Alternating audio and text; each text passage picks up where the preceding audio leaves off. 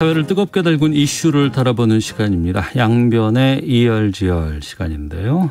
고위공직자범죄수사처 공수처가 윤석열 후보 고발사주 의혹과 관련해서 김웅원실 압수수색 어제 다시 했습니다. 이 윤석열 캠프 쪽에서는 박지원 현 국정원장을 국정원법과 선거법 위반 혐의로 고발했다고 하는데, 정치적인 쟁점은 저희가 2부에서 정치화투 시간에 좀 살펴보도록 하겠고요. 이 고발 사주 의혹, 이게 법적으로 어떤 것들이 쟁점이 되고 어떤 게 법적으로 문제가 되는지, 좀 앞으로 전망은 어떨지 좀 살펴보겠습니다. 양지열 변호사 나오셨습니다. 어서 오세요. 네, 안녕하세요. 예. 그러니까 공수처가 김웅원실 압수수색 지금 어제 다시 한번 더 들어갔습니다. 네.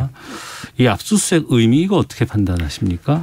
일단 공수처 입장은 그렇습니다. 그러니까 적법하게 발부받은 영장을 통해서 지난 금요일에 이미 압수수색을 했는데, 네. 자택에 대한 영장은 집행이 됐죠. 그런데 당일 이제 국회에 있는 김웅원 사무실을 압수수색하는 과정에서 이제 김웅원도 이거에 대해서 반박을 했고 저항을 했고, 또 국민의힘 의원들 일부까지도 이렇게 저항을 하면서 대치를 하다가 밤 9시쯤에 이제 집행을 중단을 했던 겁니다.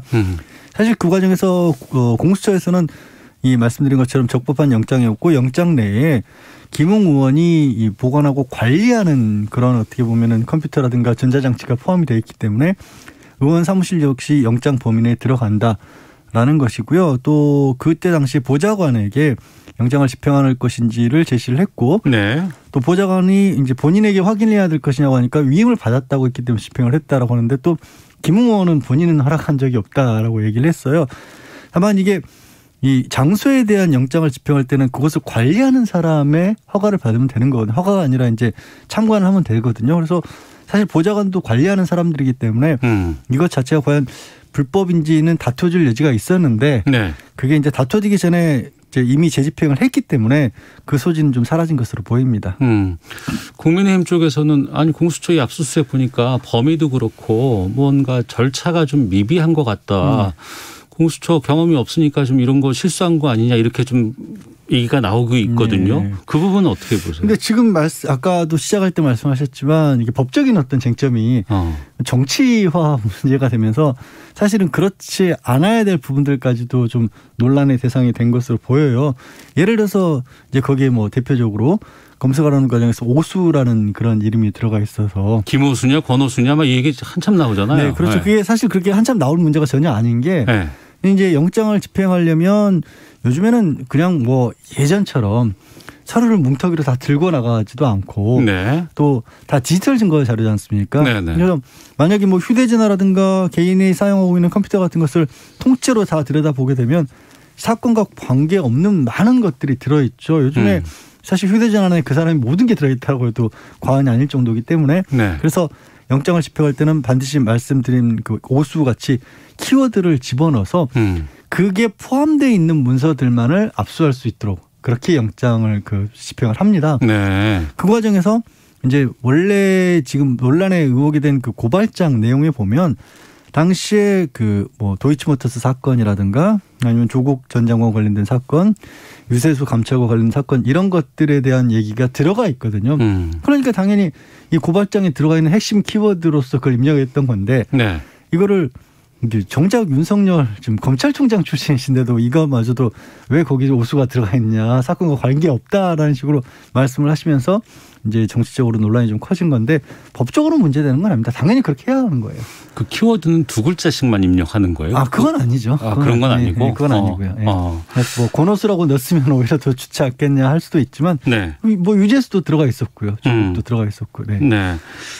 이 압수수색 상황에서 이제 김웅 의원과 의원실뿐만 아니라 이제 손준성 검사도 이제 이거 포함이 돼 있고, 여기서는 좀 핵심 물증 같은 것들이 확보됐다는 보도가 나오고 있던데요. 약간 보도는 엇갈리게 나오고 있습니다. 네. 압수수색을 해서 물증을 이제 증거를 확보를 했지만 의미 있는 것들은 찾지를 못했다라는 식의 보도도 있고요. 또 지금 이제 국회에서 국정감사 진행 중이지 않습니까? 네네. 박범계 법무부 장관 같은 경우에는 의미 있는 자료가 있다는 또 취지로 답변을 하셨거든요. 그래서 뭐가 있는지는 정확하게 밝히지가 않았는데, 네. 다만 이제 손준성 검사를 압수수색할 수밖에 없었던 거는 김웅 의원은 참고인 신분이고요. 네. 지금까지는 피의자로 지금 영장이 기재가 된 사람은 손준성 검사하고 윤석열 지금 예비 후보입니다. 네. 그렇기 때문에 손준성 검사가 그 범죄 의혹은 그런 겁니다.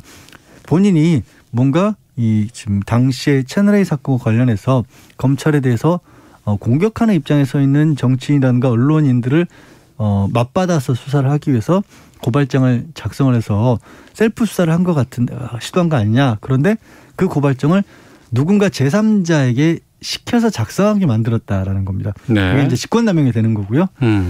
이제 이 공수처가 수사할 수 있는 사건의 범위가 형사 사건으로는 대표적인 게 직권남용, 뇌물 이런 것들이거든요. 네. 그래서 그 부분을 이제 수사 확인을 하기 위해서 이제 압수수색을 한 것이고, 그럼 과연 제3자 누구에게 그런 것들이 이제 작성이 하도록 만든 것이냐? 혹시 지금 고발장에 들어가 있는 부분들은 직접적으로 서류 문서가 아니라 문서 파일이 아니라 이 문서들을 일일이 사진을 찍은 거잖아요. 네네. 그러니까 그 원본들을 작성한 흔적 같은 것들이 남아있지는 않은지 이런 것들을 아마 확인하려고 한 것으로 보입니다. 김웅 의원은 참고인 신분으로 지금 현재 조사를 받고 있는 상황인데 네. 이 피의자로 전환될 수도 있어요. 지금 이제 아마 김웅 의원이 처음에 이제 이 의혹이 불거졌을 때 본인이 해명했던 부분을 보면 어떤 내용들이 있는지 모르고 그냥 단순 전달만 했다라는 그런 취지로 얘기를 했지 않습니까? 네.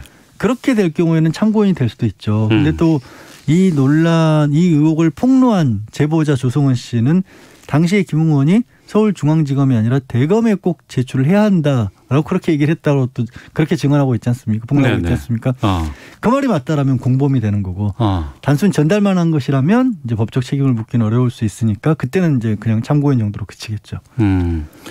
이게 처음에 벌어진 일들이 지난해 4월 3일, 4월 8일 뭐 이때라고 네. 지금 하는데 그러고 나서 휴대전화는 뭐 6개월마다 한 번씩 바꾼다 뭐 이런 보도들도 나오고 네. 있고 이 디지털 정보라는 게 흔적이 남아있을 수 있다고는 하지만 이렇게 다 교체해버리고 나면은 이게 찾을 수 있을까라는 궁금증도 있는데. 그러니까요. 그 부분이 참 디지털 증거가 양날의 칼인 것 같습니다. 말씀하신 네. 것처럼 남아있을 경우에는 누구도 부인하지 못하는 증거로 작동을 하지만 그러니까 아예 없어져 버려서 그 디지털 정보 자체를 담고 있는 기기 자체가 없어졌거나 아니면 열어볼 수 없는 상황에 있을 경우에는 아무것도 못 찾을 수도 있는 거거든요. 네.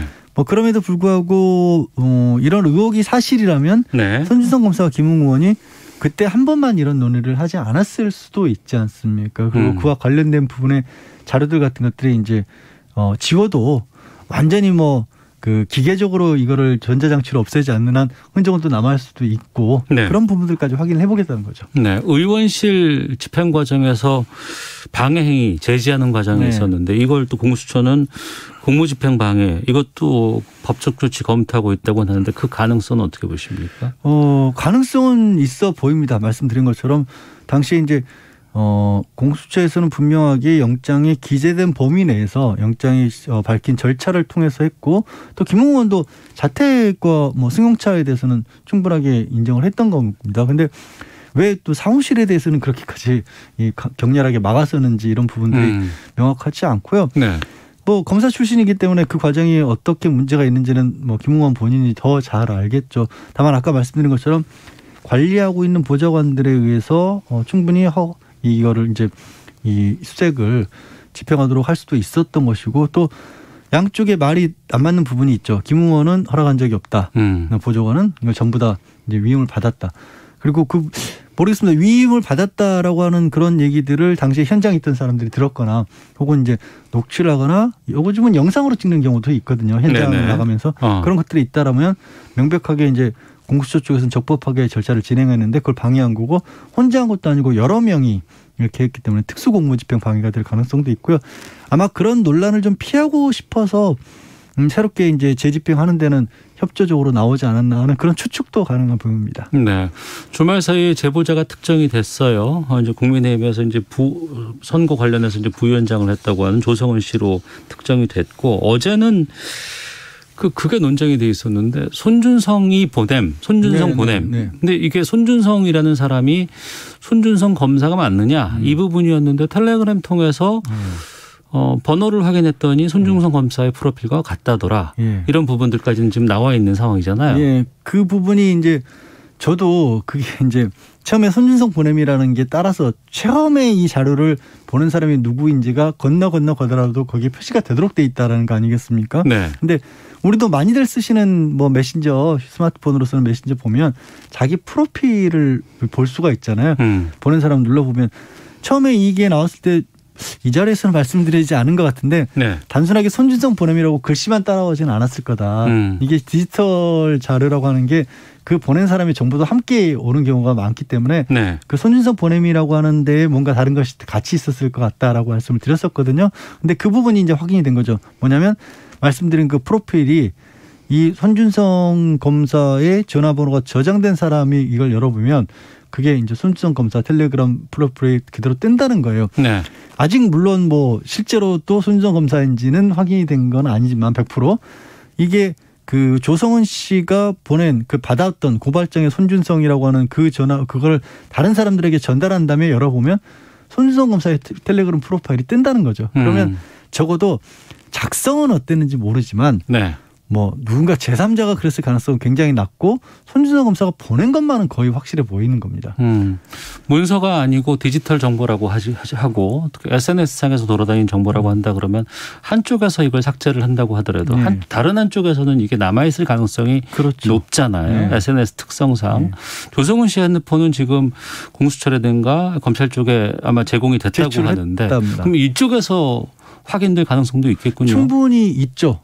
그래서 이제 그 부분을 이 말씀드린 부분은 조성은 씨가 아까 말씀드린 그 영장 집행하는 방법 있죠. 네. 문건 검색해서 복사하고 이런 방법으로 그 데이터를 이제 대검하고 그다음에 공수처에 넘겼다는 것이고 휴대전화는 다시 가져왔다는 거죠. 그래서 그 휴대전화 가져온 걸로 말씀드린 것처럼 다른 제3자에게 그 자료를 똑같이 보내봤더니 거기서 이제 그대로 손준성이라는 이름이 떴다라는 것이고 프로필과 함께. 그래서 그런 부분들은 아마 증거로 쉽게 인정이 될 것으로 보입니다. 네. 이런 상황에서 국민의힘이라든가 윤석열 캠프 쪽에서는 지금 이거 이상하다. 이 조성은 씨라는 분이 박지원 국정원장과 친한 관계고 네. 만났다더라. 네. 그리고 여러 가지 인터뷰하는 과정에서 나온 내용들을 보면 마치 어떤 좀 조력을 받는다거나 상의를 한 것처럼 네, 이런 것들이 좀 보인다고 하고 지금 윤석열 후보와 연결된 건 아직 없지 않느냐 이런 주장들 하고 있거든요. 이쪽은 어떻게 보고 계십니까?